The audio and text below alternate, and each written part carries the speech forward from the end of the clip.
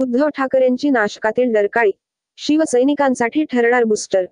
40 आमदारांसह बंडखोरी केलेले मुख्यमंत्री एकनाथ शिंदे आणि दुसरीकडे श्रीराम मंदिराच्या निमित्ताने हिंदुत्वाच्या वारूवर स्वार भाजप या दोन्ही आव्हानांना परतावून लावण्यात सज्ज असल्याचा संदेश नाशिकमध्ये पार पडलेल्या शिवसेना ठाकरे गटाच्या अधिवेशनातून देण्यात उद्धव ठाकरे बऱ्यापैकी यशस्वी झाले. नाशिकमध्ये 1994 नंतर 30 वर्षांनी आणि लोकसभा निवडणुकीच्या पार्श्वभूमीवर ठाकरे गटाचे शिवसेनेचे राज्य अधिवेशन झाले. शिवसेना सध्या अंतर्गत बंडाळी आणि भाजपच्या प्रोत्साहनातून झालेल्या 40 आमदारांच्या बंडखोरीने झुंजते आहे. दुसरीकडे ठाकरे गट इंडिया आघाडीचा घटक बनला आहे. यामध्ये हिंदुत्व नेमके कोणाचे, हा प्रश्न निर्माण करून भाजप आणि शिंदेंच्या शिवसेनेकडून उद्धव ठाकरे यांना नामोहरम करण्याची जोरदार मोहीम सुरू आहे. आगामी लोकसभेच्या दृष्टिकोनातून हे वातावरण ठाकरे गटाचे नवे आव्हान देणारे होते. राजकारणातील महत्त्वाच्या बातम्यांचे अपडेट्ससाठी सरकार नामाचे अधिकृत व्हॉट्सअप चॅनल फॉलो करा. उद्धव ठाकरे. भाजपात आज भ्रष्टाचार्यांना मान, पण शंकराचार्यांना नाही, उद्धव ठाकरेंचा घणाघात. या सर्व पार्श्वभूमीवर ठाकरे गटाचे अधिवेशन आणि उद्धव ठाकरेंची जाहीर सभा नाशिकला झाली त्याचे बारीक निरीक्षण केले असता हे अधिवेशन अतिशय नियोजनबद्ध पद्धतीने आखण्यात आले होते. जानेवारी 22 अयोध्येतील श्रीराम मंदिराच्या प्राणप्रतिष्ठा सोहळ्याची तारीख त्यासाठी जाणीवपूर्वक निवडण्यात आली होती. नाशिकच्या काळाराम मंदिरात आणि स्वातंत्र्यवीर सावरकर स्मारकाला उद्धव ठाकरेंनी भेट दिली.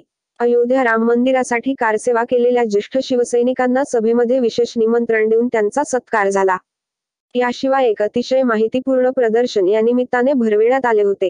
त्यातून राम मंदिरासाठी शिवसेना प्रमुख बाळासाहेब ठाकरे यांचे व शिवसैनिकांचे योगदान किती महत्त्वाचे होते ते भाजपला वरचढ होते, हा संदेश देण्यात ते यशस्वी ठरले. अतिशय काळजीपूर्वक या सर्व कार्यक्रमांची रचना करण्यात आली होती. त्यात सुभाष देसाई आणि खासदार संजय राऊत यांची भूमिका महत्त्वाची होती. याद्वारे ठाकरे गटाने एका दगडात 2 पक्षी मारून भाजप आणि शिंदे गटाची हवा काढून घेण्यात यश मिळविले. अधिवेशनाच्या तयारीसाठी ठाकरे गटाचे राज्यातील आणि विशेषतः नाशिक जिल्ह्यातील पदाधिकारी अतिशय मेहनत घेत होते. त्याचे परिणाम सभेला झालेली मोठी गर्दी यातून दिसून आले. या निमित्ताने आगामी लोकसभा निवडणुकीच्या पार्श्वभूमीवर इच्छुक उमेदवार आणि मोजक्या पदाधिकारी यांच्याशी उद्धव ठाकरे यांनी व्यक्तिशः संवाद साधला.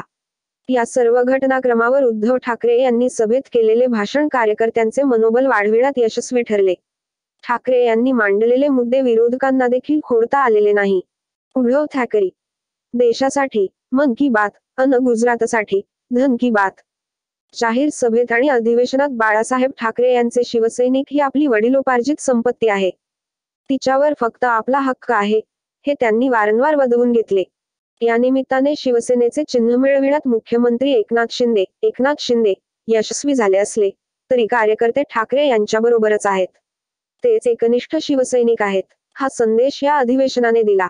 विशेषतः उद्धव ठाकरेंच्या म्हणण्यानुसार भाजपचे विरोधी पक्षांवर दबावाचे राजकारण आणि सत्तेच्या माध्यमातून राजकीय पक्ष फोडणे, शिवसेनेच्या नेत्यांवर तपास यंत्रणेचा चौकशीचा ससेमिरा आणि महाराष्ट्रातील प्रकल्प गुजरातला नेऊन केलेला अन्याय याचे परिमार्जन कसे करणार, याचे उत्तर भाजपला शोधावे लागणार आहे. या सभेनंतर लगेचच मुख्यमंत्री शिंदे यांना त्यावर प्रतिक्रिया द्यावी लागली. यातून उद्धव ठाकरे यांचा बाण विरोधकांच्या वरमी बसला आहे, असे स्पष्ट होते.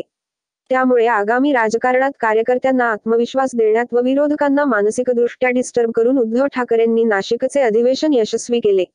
यातून येत्या लोकसभा निवडणुकीत महाविकास आघाडीमध्ये ठाकरे गटाचे महत्त्व आणि राज्यातील मतदारांमध्ये ठाकरे गटाविषयीची सहानुभूती वाढविण्यात उद्धव ठाकरे यशस्वी झाले आहेत.